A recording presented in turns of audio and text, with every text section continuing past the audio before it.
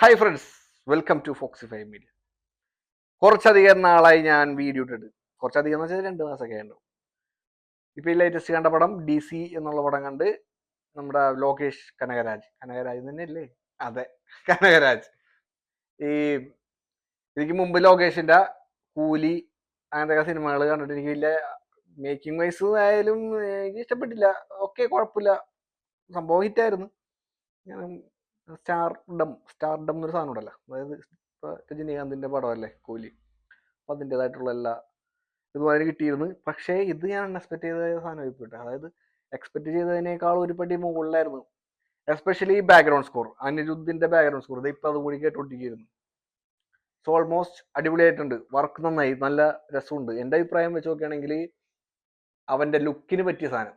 മറ്റേത് ഇതിക്ക് മുമ്പ് ഞാൻ ലോകേഷിനെ കാണുന്നത് ബ്ലാസ്റ്റ് സിനിമയിൽ ഏറ്റവും ലാസ്റ്റ് ക്ലൈമാക്സിൽ അർജുന്റെ ഒക്കെ ഒരു സംഭവം കഴിഞ്ഞിട്ട് മെയിൻ വില്ലൻ എന്ന് പറഞ്ഞിട്ട് കാണിക്കുന്നത്, അതായത് ഒരു പിച്ചക്കാരൻ ലോട്ടറി അടിച്ചപ്പോ ഉണ്ടായ പോലെ ഈ ലോകേഷ് വന്ന് നിൽക്കുന്ന ഒരു സീൻ കണ്ടിരുന്നു. പക്ഷെ അത് മാച്ച് ആയില്ലെങ്കിലും ഈ സിനിമയിലെ ആപ്റ്റ് ആയിരുന്നു. കറക്റ്റ് പിക്കിംഗ് ആണ്. ആ ഡയറക്ടറിന് ഒരു ഹാറ്റ്സ് ഓഫ്. കാരണം ലോകേഷിനെ വെച്ചിട്ട് ഇങ്ങനെ ഒരു സാധനം ചെയ്യാൻ പറ്റിയല്ലേ അയാൾക്ക്.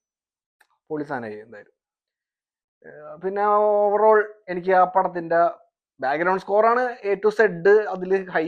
അതായത് ആ അനിരുദ്ധിന്റെ ഒരു സംഭവം ഇല്ലെങ്കിൽ ഇല്ല ഇതിനെ എഫക്റ്റ്. പിന്നെ ഇത് കാണുന്ന ഒരു മൊബൈലിൽ പോയി കാണാൻ നിൽക്കരുത്. മൊബൈലിലും മറ്റു OTT പ്ലാറ്റ്ഫോമിലും കണ്ടു കഴിഞ്ഞാൽ ചിലപ്പോൾ ഈ എഫക്റ്റ് ഇട്ടില്ല. തിയേറ്ററിൽ തന്നെ കണ്ടാലാണ് എനിക്ക് തോന്നുന്നത് ഈ ഒരു ഇമ്പാക്ട്, സൗണ്ടിന്റെയും ആ ഒരു ബാക്ക്ഗ്രൗണ്ട് സ്കോറും എല്ലാം കൂടി ഒരു കൊളാബ് ചെയ്തിട്ടുള്ള സാധനമല്ലേ, അത് കിട്ടണമെങ്കിൽ തിയേറ്ററിൽ തന്നെ പോയി കാണണം. പിന്നെ ഇതിനിടയിൽ ഞാനേ ആലോചിച്ചിരുന്നേ, വീഡിയോ ചെയ്യുമ്പോൾ ഈ കാണാൻ ഇപ്പൊ ഞാനിങ്ങനെ ഇന്ന് വർത്താനം പറഞ്ഞോണ്ടിരിക്കണേ എന്നെ തന്നെയല്ലേ കണ്ടോണ്ടിരിക്കണത്. ഇതൊന്നു മാറി എന്തെങ്കിലും ഒരു സാധനം കൊണ്ടുവന്നുള്ള മൈൻഡിലായിരുന്നു അന്വേഷണവും പുറകെ. പിന്നെ വർക്കിന്റെ തിരക്കുകളും വേറെ. അപ്പോൾ അതുകൊണ്ടാണ് എൻ്റെ വീഡിയോസ് ഡിലേ ആയത്. ഇതിനിടയിൽ ഞാനൊരു ഇൻട്രസ്റ്റിംഗ് കാര്യം പറയട്ടെ. നമ്മുടെ IMDb അല്ലെങ്കിൽ നമ്മൾ റേറ്റിംഗ് ഒക്കെ നോക്കുന്ന IMDb അല്ലേ, അപ്പോൾ നമുക്ക് വേൾഡിൽ ബെസ്റ്റ് എന്താ പറയാ മെത്തേഡ് ആക്ടർ, ഏറ്റവും ബെസ്റ്റ് മെത്തേഡ് ആക്ടർ ആരാണ് എന്ന് നമുക്ക് സെർച്ച് ചെയ്ത ആളെ അറിയാൻ പറ്റുമായിരിക്കും അല്ലേ. മെത്തേഡ് ആക്ടർ ആരാണ്, ബെസ്റ്റ് കോമേഡിയൻ, അങ്ങനെയൊക്കെ പറയില്ലേ. അങ്ങനെ വെച്ച് നോക്കുമ്പോൾ വേൾഡിൽ ഇപ്പൊ നമ്മൾ പറയണേ ബെസ്റ്റ് നോർമൽ, അതായത് റിയലിസ്റ്റിക് ആക്ടർ അല്ലെങ്കിൽ നോർമൽ ആക്ടർ, അല്ലെങ്കിൽ ഇപ്പൊ നമ്മൾ പറയാ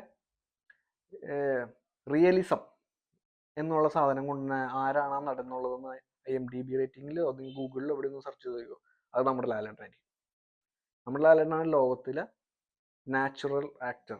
ബോൺ നാച്ചുറൽ ആക്ടർ എന്നൊക്കെ പറയാൻ പറ്റിയ സവിശേഷത ഉള്ളത് ലാലേട്ടന് മാത്രമുണ്ട്. ഇത് ജസ്റ്റ് ഞാൻ വെറുതെ പറഞ്ഞുള്ളൂ. കാരണം ബീങ് പ്രൗഡ്, നമ്മുടെ ലാലേട്ടൻ അങ്ങനെ എത്തി എന്നുള്ളത് നമുക്ക് സന്തോഷമല്ലേ. ആ സന്തോഷം നിങ്ങൾക്ക് വരുമ്പോൾ നിങ്ങൾക്കൊരു സന്തോഷമല്ലേ, അതാണ് നമ്മളുടെ സന്തോഷം.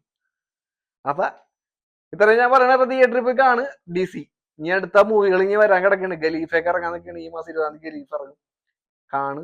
ഞാനും കാണുകയാണെങ്കിൽ ഞാൻ എൻ്റെ അഭിപ്രായം പറയാം. കണ്ടവര് ഈ DC കണ്ടവരൊക്കെ ഉണ്ടെങ്കിൽ എൻ്റെ അഭിപ്രായങ്ങൾ ആരെങ്കിലും എന്തെങ്കിലും പറയാനുണ്ടെങ്കിൽ നേരിട്ട് കമന്റ് ഇട്ട് പറയാ.